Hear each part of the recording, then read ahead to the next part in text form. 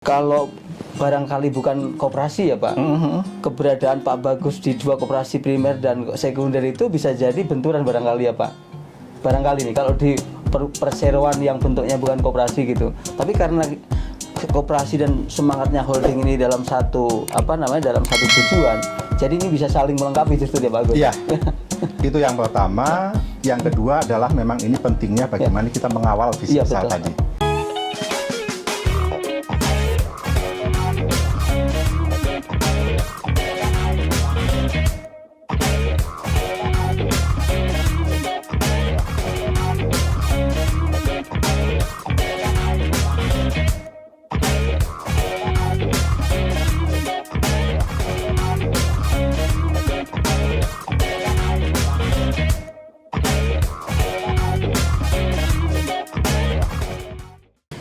Pemirsa, Sobat BMI dimanapun berada, podcast Buka Mata Indonesia kali ini kita kedatangan tamu Pak Bagus Didi Wicaksono. Beliau adalah pengawas di 3 koperasi kita, 2 koperasi primer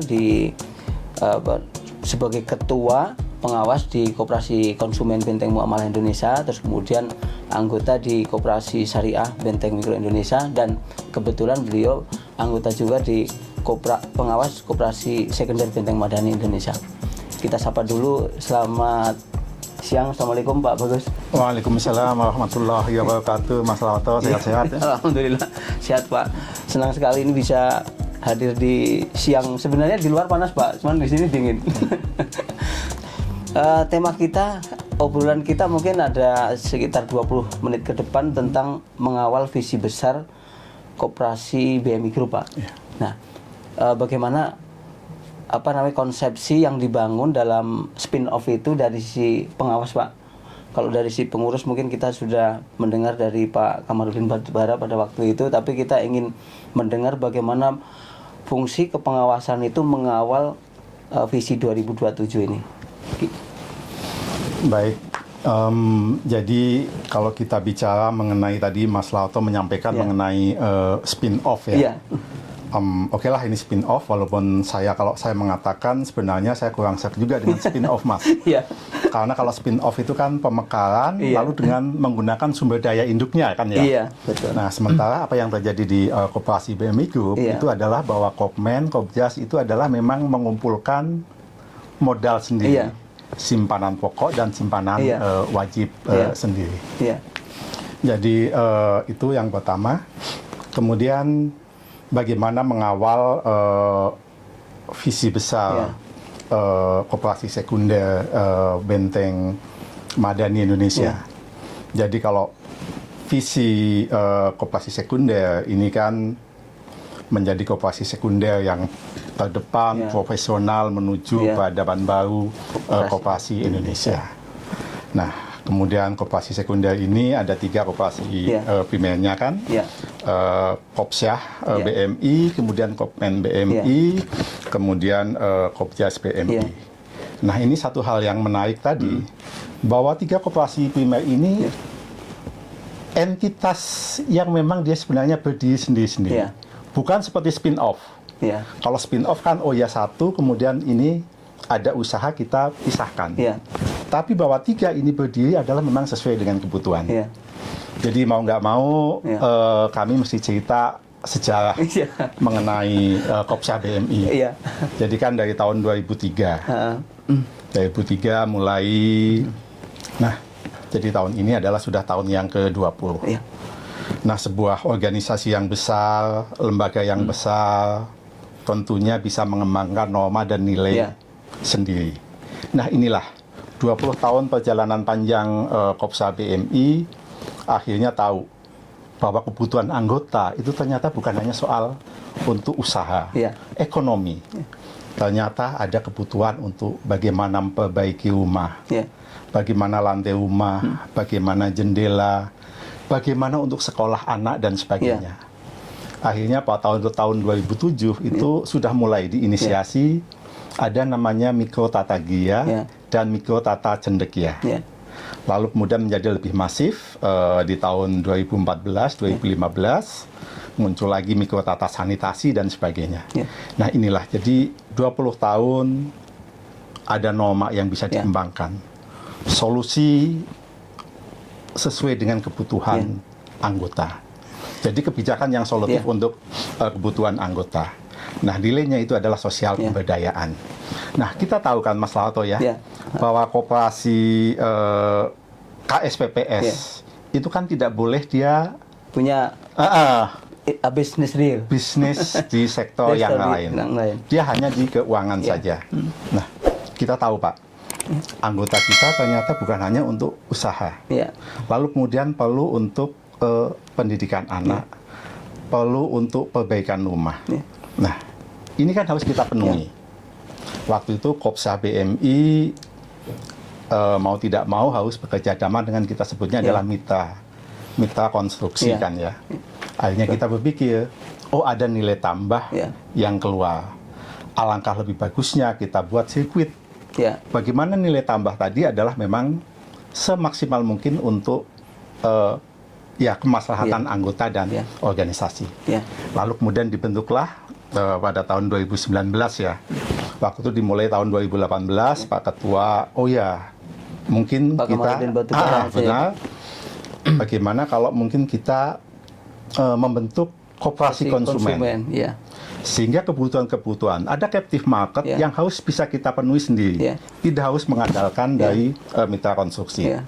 Jadi 2018 pemikiran tadi, lalu kemudian 2019 lah berdiri. Itu jadi memang ini adalah memang entitas yang memang benar-benar berdiri untuk menyokong untuk kegiatan-kegiatan kebutuhan anggota di Kopsya. Demikian juga ketika tahun 2022 ketika kita membentuk koperasi jasa. Karena seperti benar tadi ada kebutuhan sektorial, lalu kemudian ada juga kebutuhan yang lain. Untuk umroh, kemudian untuk diklat dan sebagainya. Nah, kemudian 3 koperasi primer tadi disatukan dalam wadah koperasi sekunder koperasi sekunder Benteng Madani Indonesia. Nah, jadi kita tahu 3 koperasi primer memang berdiri ada sejarahnya. Jadi menjadi penting bagaimana kita mengawal. Ketika tadi visi besar kita bicara koperasi sekunder, artinya ini adalah koperasi mencakup juga adalah bagaimana koperasi anggotanya. Ketika tadi visi besar peradaban baru koperasi Indonesia, koperasi itu harus besar. Kita lihat yang 3 ini kan, kalau Kopsa BMI kan memang sudah besar. Pak. Tapi kalau Kopmen BMI, Kopjas itu kan memang baru berkembang. Harapan kita juga akan cepat berlari. Itu adalah seperti itu. Lalu kemudian profesional. Profesional itulah Mas Lato ya. Jadi memang penempatan waktu itu ada memang pemilihan, penunjukan pengawas itu memang dari Kopsya. Itu harapannya adalah memang ada praksis, ada praktek baik, praktek baik yang udah ada di Kopsya itu bisa kemudian dibawa, diterapkan di Kopmen. Itu sekaligus pengawal ya Pak, itu Pak. Nah betul, itulah yang bagian dari mengawal. Kita tahu kalau Pranata di Kopsya itu kan sudah sangat mapan kan, SOP sudah sangat lengkap dan sebagainya, itu sudah ada. Nah itulah praktek-praktek baik tadi, harapannya adalah memang dibawa ke Kopmen, juga kemudian di Kopjas. Tetapi tentu kita nomenklaturnya tetap spin off ya Pak, karena kebetulan ini kan marwah frasa ini kan dari kementerian ini. Bahkan sejak Pak Puspayoga masih jadi menteri, ini istilah spin-off itu sudah mulai digaungkan gitu. Memang kita mungkin belum menemukan istilah khusus. Kalau tadi betul memang secara peristilahan sebenarnya spin-off itu dari perusahaan induk kan Pak. Padahal kalau di koperasi kan subjeknya manusia gitu. Sehingga orang itulah yang kemudian mendirikan institusi lembaga baru lagi untuk memenuhi kebutuhannya yang tidak terpenuhi oleh koperasi yang ini. Lalu kemudian tadi sudah sampai besar profesional ya Pak. Benar. Visi besar koperasi BMI tadi mewujudkan mandiri, berkarakter, bermartabat. Nah, sekarang kalau mandiri, kita lihat dari bagaimana pemodalan. Nah, dari 3 koperasi primer kan juga baru kakaknya, si sulung aja yang bagus kan. Nah, itulah makanya yang coba kita terapkan, bagaimana mengawal juga di Kopmen dan di Kopjas, bagaimana ketika tadi akselerasi, peningkatan aset juga harus dibarengi dengan penguatan modal sendiri. Jadi di situ kemudian bagaimanalah pengurus kemudian menerapkan kebijakan-kebijakan kaitannya dengan penguatan untuk modal sendiri. Karena rasio-rasio tadi kan memang perlu dipenuhi. Nah, itulah kita semua itu mengawal karena memang baru kakak sulung lah yang sudah besar. Jadi yang sudah mandiri. Lalu soal berkarakter dan bermartabat, nah itu memang kita harus masing-masing memiliki karakter, lalu juga pelayanannya pun juga harus bermartabat. Bermartabat, kalau di Kopmen BMI itu ya memang tagline-nya memberikan pelayanan prima. Nah, jadi itulah, jadi pelayanan prima itu bahasa lain dari tadi. Lalu kemudian untuk poin pemberdayaan itu Pak, sebenarnya poin pemberdayaan ini kan menjadi poin keempat dari peradaban baru Koperasi Indonesia itu ya, yang sebenarnya ini sudah melekat pada sifat ruh dasar dari Kopsah BMI, memberdayakan anggotanya itu. Lah kemudian kalau di Kopmen sendiri, karena Pak Bagus di ketua pengawas Kopmen ya, sifat pemberdayaan ini juga tentu melekat pada anggota di Kopmen BMI ya Pak? Siap, benar. Jadi Mas Lauto ya, jadi kalau kita melihat visi Kopmen BMI itu kan menjadi koperasi konsumen yang terdepan dalam pemenuhan kebutuhan anggota dan menggerakkan sektor real. Nah, upaya itu tadi adalah di bagian menggerakkan sektor real tadi, pemberdayaan. Nah, kita melihat kalau dalam Kopmen tidak harus kita sendiri yang melakukan, tapi bagaimana anggota-anggota kita. Anggota-anggota kita kuatkan, kita lakukan melalui kemitraan dan perdagangan kolaborasi. Itu yang kita lakukan ya Mas Lauto ya. Jadi ada 2. Jadi bukan hanya soal pemenuhan kebutuhan anggota, tapi adalah bagaimana menggerakkan sektor real. Menggerakkan sektor real itu adalah bagaimana dalam strategi kita, dalam rencana kita, itu kita yang pertama adalah bagaimana mengkonsolidasikan potensi-potensi yang ada. Kita lakukan konsolidasi, lalu kita coba melakukan proses integrasi.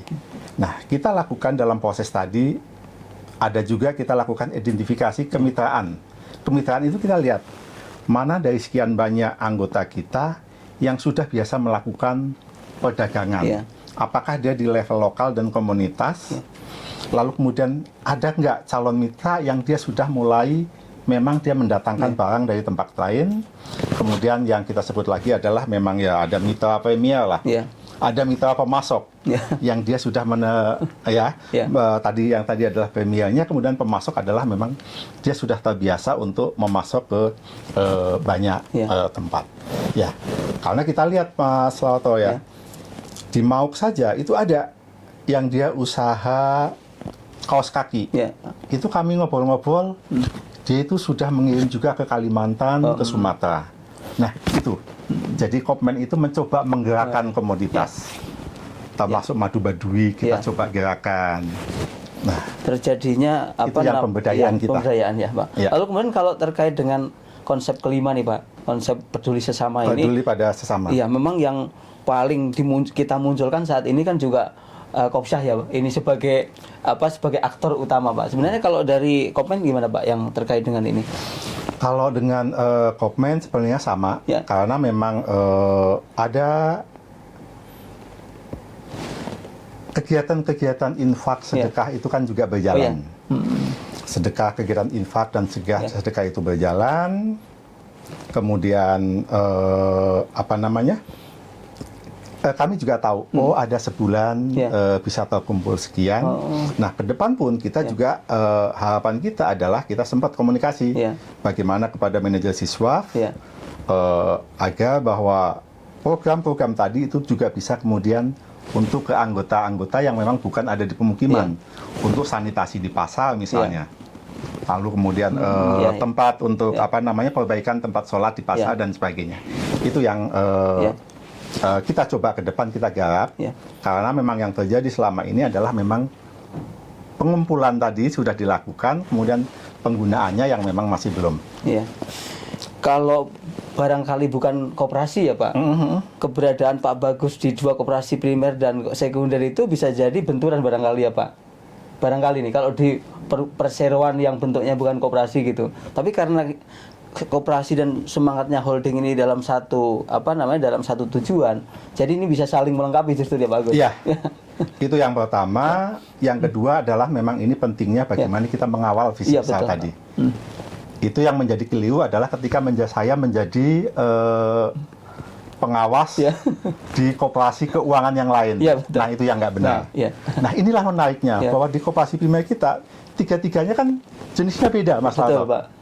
Yang awalnya memang sebelum-sebelumnya pemahaman tentang koperasi sekunder itu koperasi yang sama jenisnya. Nah, itu tadi. Itu kan ada istilahnya integrasi horizontal atau vertikal.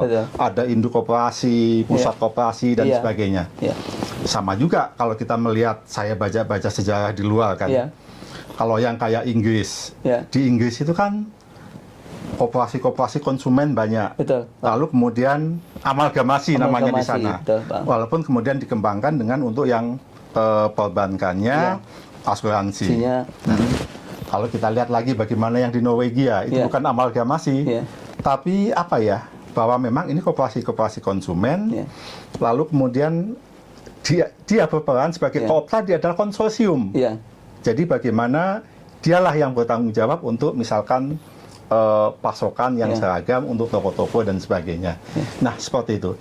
Tapi kalau yang di kita itu memang tiga-tiganya berbeda. Kopsah, Kopmen, Kopjas itu berbeda. Jadi yang perlu kita kawal adalah bagaimana sinergi ketiga tadi, Mas. Jadi ada captive market kebutuhan di Kopsah. Sekarang ya sudah, prioritas utama dari Kopmen adalah memenuhi tadi. Bagaimana material, bagaimana gadget, bagaimana kendaraan yang dibutuhkan kawan-kawan anggota-anggota kita di Kopsah. Nah, Kopjas pun juga begitu. Prioritasnya adalah ketika pembangunan itu adalah memang jasa konstruksinya dari Kopjas. Nah, itu tadi.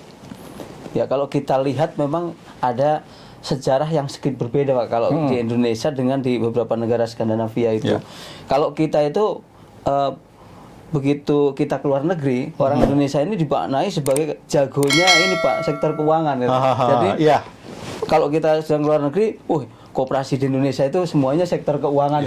Nah, itu berbeda dengan kalau misalnya kita ke negara-negara Eropa misalnya, mereka kan berkembang dulu koperasi konsumen. Ya Pak, dan berkembang menjadi kooperatif grup itu menyebar akhirnya ke sektor finansial juga pada akhirnya. Nah, instrumen ini yang sebenarnya kalau instrumen terutama di insuran ya Pak, kan kita belum punya nih. Sebenarnya saya ingin masuk sedikit walaupun belum bukan kita ini Pak. Pandangan Pak Bagus kayak di Filipina segala itu kan koperasi boleh melakukan insuran, itu sebenarnya ini pandangan Pak Bagus memandang secara pribadi seperti apa sih Pak sebetulnya? Ya, jadi sebenarnya begini Mas Lato ya. Artinya di regulasi kita itu ada.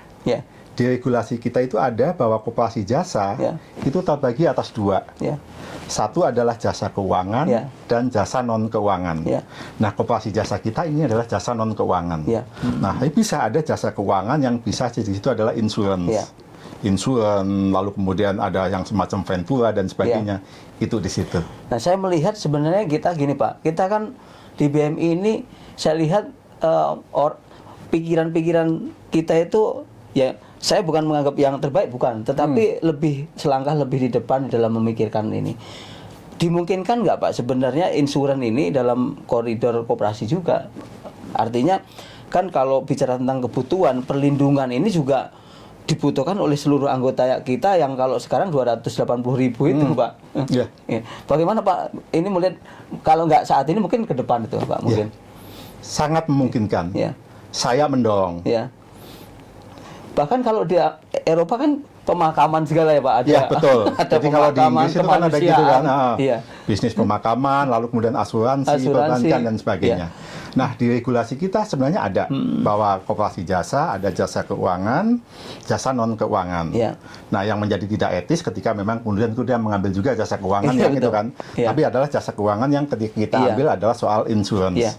Bagaimana anggota kita yang demikian banyak kan seperti itu. Kalau kebutuhan. Memang kalau kemarin memang di Undang-Undang PP2SK itu Pak, memang untuk sektor ini sepertinya masih bukan kewenangannya bukan di bawah Kemenkop sepertinya. Makanya kita tidak coba bahas lebih detail nanti mungkin di lain waktu Pak.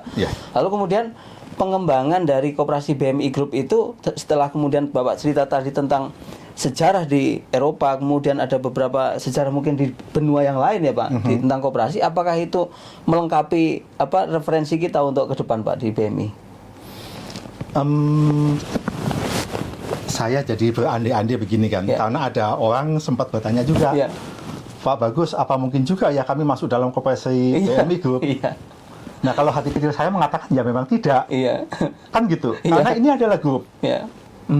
Waktu itu kawan, mohon maaf, dari Kemenkop itu sempat juga, good luck Pak Bagus untuk co-op networkingnya. Saya mengatakan ini bukan co-op networking, karena kalau networking itu memang dalam prinsip itu kan memang sudah ada kerjasama antar koperasi kan. Ini bukan networking, tapi adalah grup. Dan uniknya di kita itu adalah 3 memang bukan sejenis, memang adalah untuk maksimalisasi pemenuhan kebutuhan anggota. Nah, ini yang jadi saya katakan kayaknya juga memang ini tidak. Cuma kalau ada pertanyaan, ini pertanyaan yang beberapa kali masuk pada waktu ada ke saya juga Pak, ada bersama dengan Pak Kamarudin juga. Kalau ada yang bertanya, apakah koperasi kami bisa masuk BMI Group gitu? Bisa sepanjang memenuhi kualifikasi satu jalan, kemudian administrasi misalnya simpanan pokok, simpanan wajibnya sekian dalam satu visi yang sama. Boleh gitu. Artinya kalau sudah sedemikian kan artinya sudah jadi satu visi dengan kita ya Pak. Jadi kalau normatifnya ya bagian dari seluruh koperasi yang ada di Indonesia ini bisa menjadi anggota BMI Group sepanjang satu visi tadi. Tapi saya menarik tentang ini Pak, antara kooperatif group dengan network jaringan mitra kerja itu kan beda sebenarnya. Nah, itu tadi Mas. Makanya ketika tadi Mas Lato menyatakan yang terakhir sepanjang memenuhi kita, ya menurut saya kenapa itu tidak networking aja? Kerjasama antar koperasi kan? Pertama mungkin pintu masuknya itu ya Pak. Pintu masuknya melalui kerjasama antar koperasi dulu sambil menjajaki satu visi, benar-benar memahami tentang visi kita ke depan sama persis, baru menyatu begitu ya Pak. Baik Pak, ini kita memang saat ini kan sedang menjadi satu model nih Pak, model di mana spin off itu memang kenyataannya memang masih terus didorong oleh kementerian Pak. Dan mudah-mudahan kita kan bisa mengisi khasanah dari peradaban baru koperasi yang kita kembangkan ini, sekaligus menjadi kalau kita bilang sih kita terus memperbaiki ya Pak tentu ya.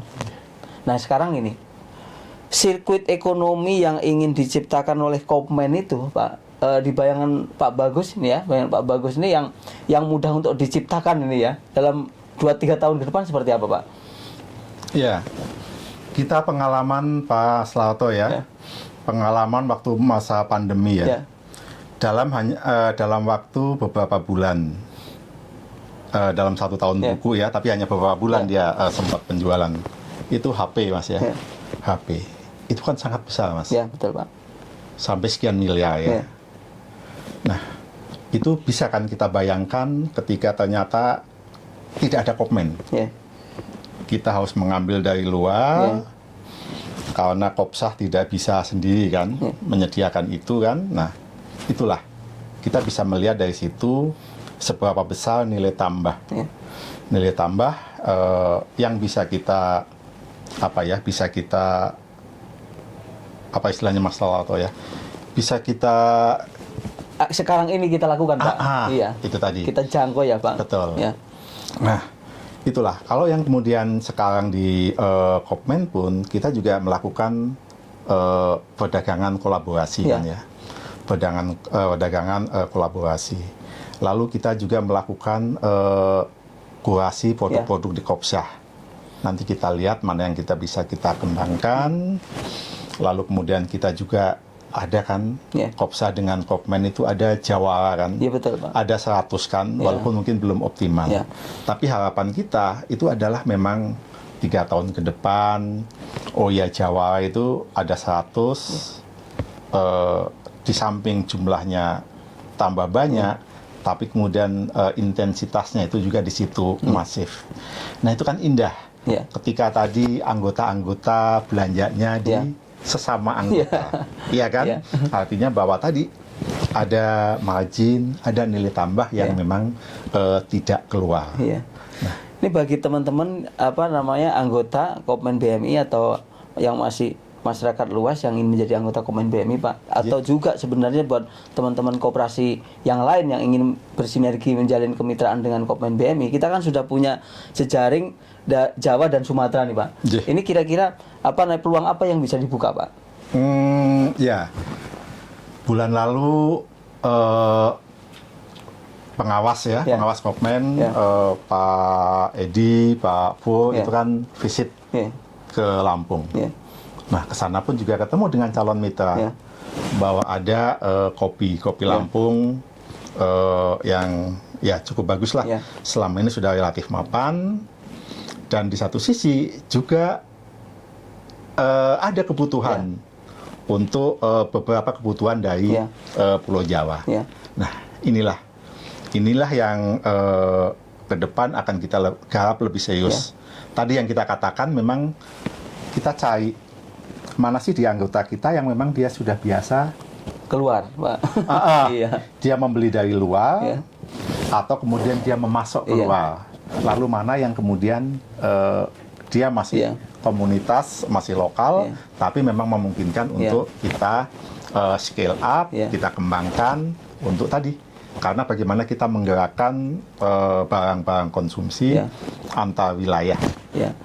Saya kira ini menarik buat pelaku-pelaku ekonomi lokal yang keberadaannya di situ beririsan dengan Kopmen BMI ya Pak. Betul. Bisa bergabung dengan Kopmen BMI untuk bisa saling bertukar produk, saling menjual, saling membeli kan begitu. Inilah yang kita harapkan kehadiran BMI Point.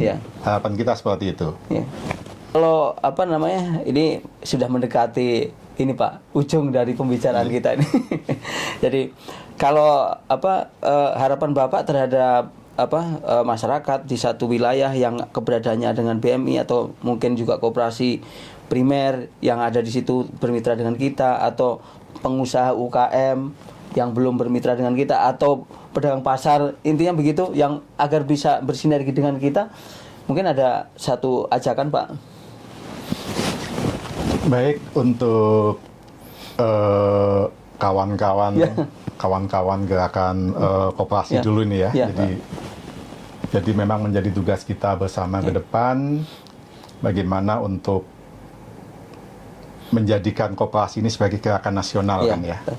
Menjadi gerakan nasional, bagaimana membuat koperasi ini dalam tanda kutip bersenyawa. Bersenyawa atau melembaga di hati masyarakat. Hari ini kan banyak koperasi itu sebagai sokoguru dan sebagainya. Tapi di satu sisi terganggu dengan stigma-stigma yang kurang bagus lah, stigma koperasi di masa lalu. Dan itu rupanya sampai terbawa sampai sekarang, Mas Lauto ya. Jadi memang kami memandang pentingnya pembinaan perkoperasian. Pembinaan koperasian itu adalah memang untuk anggota-anggota kita dan kemudian juga untuk publik, Mas. Untuk publik, karena kami memandang pentingnya ini adalah public awareness, government awareness, karena jangan sampai misalkan seperti ada sebuah kelompok masyarakat yang justru kemudian agak sulit saya mengatakan, tapi artinya bahwa ada sesuatu yang keliru, tapi kemudian mencoba mengatakan bahwa koperasi ini seperti ini dan sebagainya. Nah, padahal sudah clear, stigma-stigma negatif tadi sudah tidak perlu kita ini lagi, karena memang ada jati diri koperasi yang sebenarnya itulah yang kita pegang ke depan. Saya ingin mendapat satu kata penutup Pak. yang Pak Bagus memberikan satu keyakinan bahwa kepengawasan ini mampu mengawal visi besar 2027 Koperasi BMI Group itu, dan mengajak pada teman-teman di bawah, Pak, eksponen Koperasi BMI Group berarti kan anggota juga nih, Pak, bahwa kita memang harus satu langkah terus bersama-sama gitu, Pak Bagus. Untuk kepada kawan-kawan koperasi, ya, juga kawan-kawan di BMI Group, mari kita satukan tekad, kita satukan langkah untuk mewujudkan visi besar Koperasi BMI Group menuju peradaban baru koperasi Indonesia. Bahwa koperasi tadi harus besar, kemudian profesional, mandiri, berkarakter dan bermartabat. Koperasi itu harus memberdayakan, dan koperasi itu peduli pada yang lain. Ya. Menarik sekali ini obrolan kita dengan Pak Bagus. Cuman waktunya ternyata kalau ngobrol itu cepet banget, Pak. Jadi kita memang harus yakin bahwa visi besar koperasi kita warna baru sebenarnya, Pak. Ini sebenarnya inti-intinya itu sudah ada, cuman membuat narasi itu jadi lebih penting, Pak, dari sekedar melakukan sesuatu gitu. Dengan itu akan menimbulkan keyakinan kita semua. Ya, artinya kalau kita bicara bahwa gotong royong itu kan sudah dari zaman dulu kan, Mas, ya. Artinya bagaimana koperasi itu menjadi gaya hidup, gaya hidup masyarakat. Ya. Saya pikir itu akan sangat indah. Nanti kita bicara one stop service, one stop service. Iya, nanti kita bicara di next time, Pak, untuk sesi berikutnya ini. Terima kasih ini teman-teman sobat BMI yang sudah menyimak podcast kita kali ini, Buka Mata Indonesia, sehingga mudah-mudahan memberi warna baru pencerahan buat kita bahwa koperasi itu bisa besar. Ya. Nah, itu tadi yang sudah disampaikan Pak Bagus, sudah 5 poin tadi itu, ya. Jadi peradaban baru koperasi Indonesia itu harus kita wujudkan bersama-sama, mulai dari kita. Kita bertemu di podcast kita yang lain. Saya kira kita harus tutup salam, Pak. Mudah-mudahan podcast kita ini bermanfaat, Pak. Amin. Ya. Assalamualaikum warahmatullahi wabarakatuh.